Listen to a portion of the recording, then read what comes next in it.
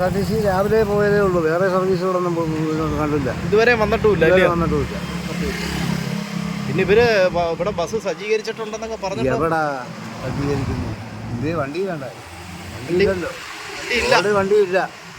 രാവിലെ കണ്ട രണ്ടെണ്ണേ ഉള്ളൂ. രാവിലെ കണ്ട 60 KSRTC ഓടുന്നുള്ളതാണ്.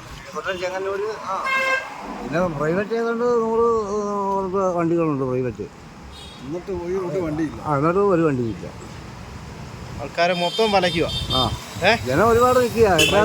സമരത്തിന് സർക്കാർ വണ്ടി ഇട്ട് കൊടുക്കേണ്ടതാ. അതിന് പിന്തുണയാന്നാ തോന്നുന്നത്, സർക്കാരിന്റെ പിന്തുണയാന്നാ തോന്നുന്നത്. ഇല്ലെങ്കിൽ ഇതുവഴി ബസ് വരണ്ടല്ലേ? രാവിലെ കഴിഞ്ഞ് ഇതുവരെ ഒരെണ്ണം പോലും പോയിട്ടില്ല. ചെങ്ങന്നൂർ സർവീസാ പോകണ്ടേ, അതുപോലും കാണുന്നില്ല. അതാണ് മുളവന പ്രദേശത്ത് ഇപ്പോൾ ബസ് പോലും ഇല്ല. KSRTCയുടെ സർവീസ് അവസാനിപ്പിച്ചതായിട്ടാണ് നമുക്ക് തോന്നുന്നത്. നമ്മുടെ ഒരു ലോട്ടറി കച്ചവടക്കാരനാണ് ഇത് പറഞ്ഞിരിക്കുന്നത്. അദ്ദേഹം ഇതുവരെയും കച്ചവടം ചെയ്തിട്ട് പോലും ഇതുവഴി ഒരു KSRTC പോയിട്ടില്ല എന്നാണ് അദ്ദേഹം പറയുന്നത്.